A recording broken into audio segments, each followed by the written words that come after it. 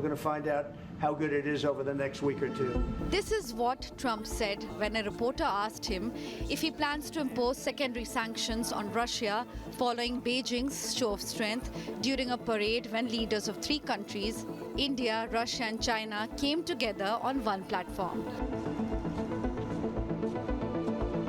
After what seemed a successful summit in Alaska, Russia has launched a massive number of drones for the first time and hit the main building of Ukrainian government, killing 3 people, including an infant. Russia launched 805 drones and 13 missiles overnight into Ukraine.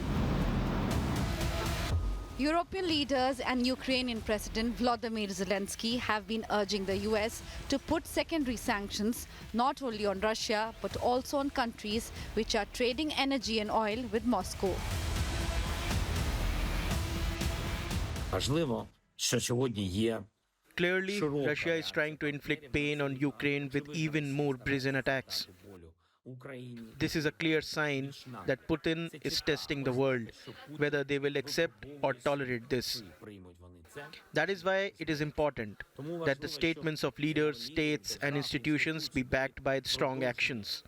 Sanctions against Russia, against individuals associated with Russia, tough tariffs, and other restrictions on trade with Russia. Іншими обмеженнями на торгівлю з Росією. As Russia maintains that it is ready for talks but continues to attack Ukraine, President Donald Trump says US is ready to move secondary sanctions against Russia. He has not elaborated on the sanctions but says is going to speak to Putin soon. Are you ready to move to the second phase of sanctions against Russia or punishing Putin? When do you plan to speak to President Putin next, and what Very will soon. Over the next couple of days.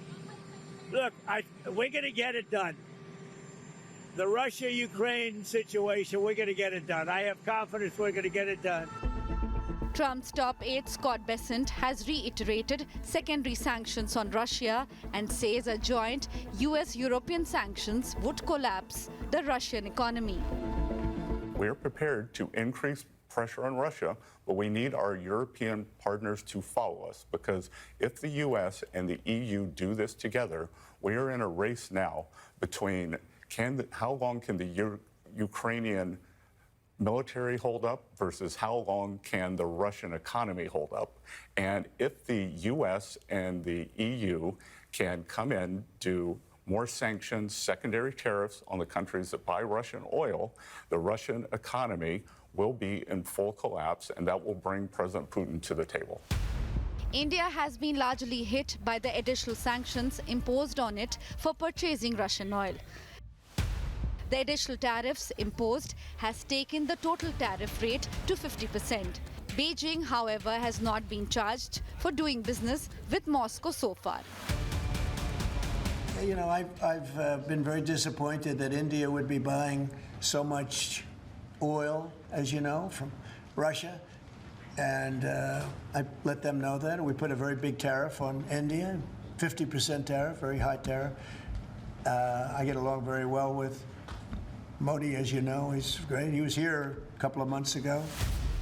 The Trump administration has previously hit out at India and alleged that India was benefiting from the Russian oil at the cost of Ukrainian lives. They should let her go. Top Trump aide Peter Navarro has called India Maharaja of tariffs and laundromats for Kremlin. But India has always maintained that this is not an era of war. It has also called the tariffs unjustified.